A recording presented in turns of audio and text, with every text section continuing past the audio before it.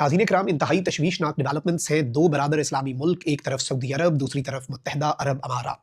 दोनों मुल्कों के दरमियान हालात कशीदा हैं। सऊदी अरब ने एक बड़ा स्टेप उठाया है, सऊदी अरब ने एक और बड़ा कदम उठा लिया है, और एक जानिब तो मुत्तहदा अरब अमारात यूँ लग रहा है कि इस कशीदगी को कम करने के लिए एक स्टेप पीछे हटने पर राज़ी हो चुका है। सऊदी अरब ने सख्त मौक़िफ़ अपनाया। सऊदी अरब ने यूएई से ओरिजिनेट करने वाला जो असलहे का मुबैना एलिजिडली असलहे का जो कंसाइनमेंट है उसके ऊपर स्ट्राइक्स की। फिर रात को मैंने आपको एक और डेवलपमेंट दी थी और वो बहुत अहम थी। रात के पिछले पहर मुझे उस पर वीलॉग करना पड़ा था।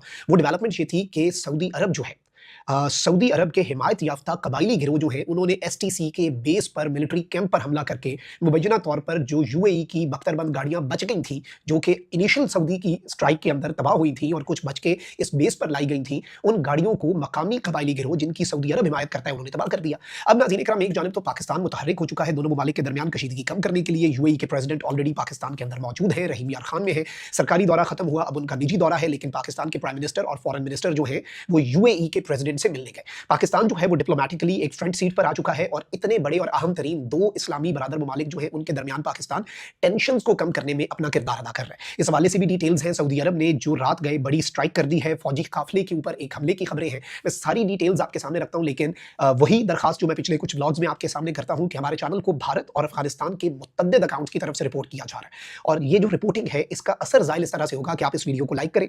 एक के बजाय आपने ज़्यादा से ज़्यादा जितने कॉमेंट्स हो सके वो करने हैं, और अगर हो सके तो इस वीडियो को मुख्तलिफ व्हाट्सएप ग्रुप्स में भी शेयर कीजिएगा। लेकिन जो कमेंट्स हैं वो बहुत ज़रूरी है, वो असर तोड़ने के लिए जो रिपोर्टिंग के ज़रिए आता है। नाज़रीन इकराम, सबसे पहले तो मैं आपको ये बताऊं कि हौसी जो हौसी बागी हैं, जो कि इस वक्त यमन में ऑपरेट करते हैं, जिनके खिलाफ सऊदी अरब और यूएई 2015 में इस जंग के अंदर उतरे थे, हौसी बागियों ने एक बहुत बड़ा इल्ज़ाम लगाया है। अच्छा, याद रखिएगा कि यूएई और सऊदिया हौसियों के खिलाफ ही है, और हौसी जो है उनके हवाले से कहा जाता है कि वो ईरान बैक्ड है, ईरान बैक्ड मलेशिया है, और ये यमन एक आप कह लें कि प्ले ग्राउंड है या वॉर ग्राउंड है, जहां पर बहुत सी आलमी ताकतें या बहुत सी गल्फ और मिडिल ईस्ट की ताकतें जो है उनके इंटरेस्ट हैं।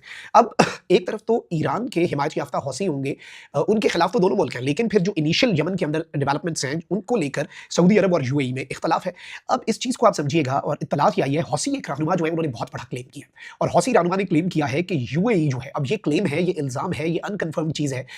यूएई के हवाले से उन्होंने कहा कि भाई यूएई ने हमें कहा है कि हम नियोम शहर, जो मोहम्मद बिन सलमान के विजन 2030 के मुताबिक एक बहुत इंपॉर्टेंट सिटी है, नियोम शहर जो है उसके ऊपर हम हमला कर दें, और इसकी फंडिंग और कॉस्ट ऑफ दिस ऑपरेशन जो है वो यूनाइटेड अरब एमिरेट्स हौसियों को देगा, लेकिन हमने ये ऑफर रिजेक्ट कर दी। अब इंडिपेंडेंट सोर्सेज जो है वो इनके इस क्लेम को वेरीफाई नहीं कर सकते, और इस चीज़ को एक इस तरह से भी देखा जा रहा है। कुछ तज्जियाकार जो डिफेंस एनालिस्ट है वो कहते हैं कि भाई हौसी जो है, उन्हें पता है कि यूएई और सऊदी उनके खिलाफ 10 साल पहले उतरे थे 2015 में मैदान में यमन में, तो वो चाहेंगे कि उनके दो मुखालिफ जो है वो आपस में लड़ें, और वो फ्यूल द फायर वाला जो काम है वो इसके अंदर स्ट्रेटेजिकली या पॉलिटिकल एक मूव हो सकता है, और शायद यूएई ने ऐसा ना कहा हो। ये एक पॉसिबिलिटी जो है, ये इंटरनेशनल डिफेंस एनालिस्ट जो है वो हौसी रहनुमा जो है उसकी स्टेटमेंट के अंदर इस पॉसिबिलिटी को जरूर कनेक्ट कर रहे हैं।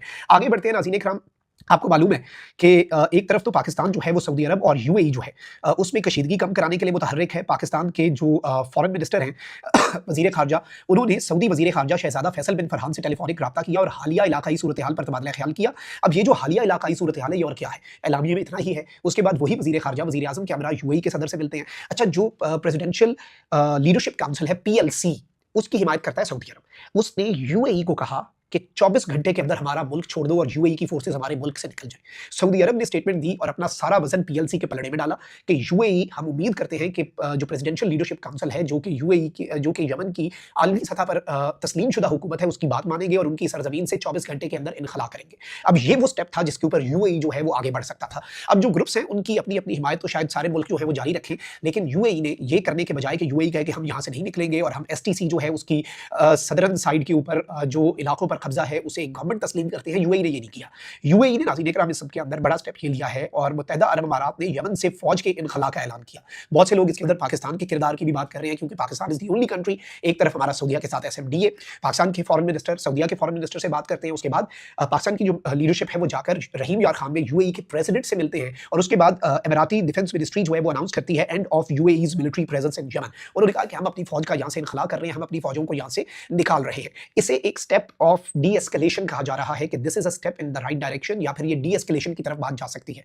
लेकिन वहीं दूसरी जानिब जो इक़दामात हुए हैं, कल सबसे पहली स्ट्राइक सऊदी अरब करता है, सऊदी अरब की अपनी फोर्सेस करती हैं, सऊदी अरब उसे उन्हें अनाउंस करता है, यूएई से आने वाला जो असलहा है जो कि एसटीसी को मिलना था, ये सऊदीया का क्लेम है, उसे तबाह कर देता है। बख्तरबंद गाड़ियां कुछ यमन के उन इलाकों के अंदर देखी जाती हैं जिनके हवाले से ये सोचा जा रहा था सऊदीया की तरफ से कि हमने सारी तबाह कर दी।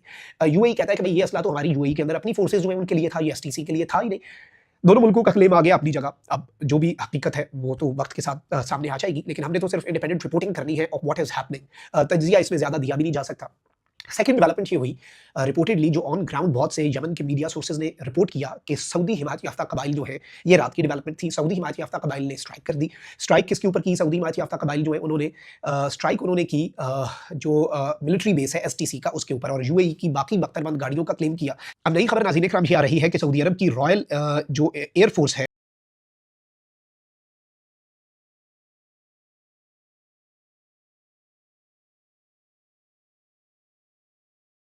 उसने कुछ यूएई बैक्ड फोर्सेस जो हैं यमन के हदरमौत रीजन जो है उसके अंदर, हदरमौत रीजन जो है इसके अंदर कुछ मिलिट्री कॉन्वॉयज जो हैं, मिलिट्री के जो काफिले हैं रिपोर्टेडली, और इनके हवाले से ये भी कंफर्म तो वैसे नहीं है, ये अब खबर इस तरह से बन रही है यूएई बैक्ड। अब इसके हवाले से क्रेडिबल या कंक्रीट एविडेंस तो ऐसा है कोई नहीं, या फिर आप ये कह लें कि पीएलसी जो है उसकी मुखालिफ, प्रेसिडेंशियल लिबरेशन काउंसिल की मुखालिफ जो फोर्सेज हैं यमन के सदरन रीजन के अंदर, जिनमें सदरन ट्रांजिशनल काउंसिल एसटीसी शामिल है, उनके कुछ मिलिट्री कॉन्वॉयज, कुछ फौजी काफिले जो हैं उनके ऊपर सऊदी अरब की रॉयल एयरफोर्स ने एक और स्ट्राइक कर दी है। यानी सऊदी अरब जो है वो इस वक्त मुकम्मल तौर पर आउट ऑफ द वे जा रहा है, खुलकर खेलने का फैसला कर चुका है सऊदी अरब, और इस वक्त एक बड़े लेवल पे सऊदी अरब जो है वो चीजों को आगे लेकर चल रहा है। यानी सऊदी अरब जो है वो एक तरह से आप कह लें कि सॉफ्ट पावर जो है उसके बजाय अपनी हार्ड पावर जो है और एक हार्ड स्टेट जो है उसकी तरह से एक्ट कर रहा है, क्योंकि ऑब्वियसली वो यमन को एक डायरेक्ट थ्रेट देखता है अपने बॉर्डर्स और अपनी सॉवरेनिटी और नेशनल सिक्योरिटी के लिए। यूएई ने भी बड़ी रिस्पॉन्सिबल ऐसे स्टेटमेंट दी, उन्होंने कहा कि हमें डिसअपॉइंटमेंट तो हुई है सऊदीया की स्टेटमेंट पर, और हमें दुख हुआ है कि ऐसी स्टेटमेंट उन्हें नहीं देनी चाहिए थी, लेकिन यूएई ने यह कहा कि हम सऊदी अरब के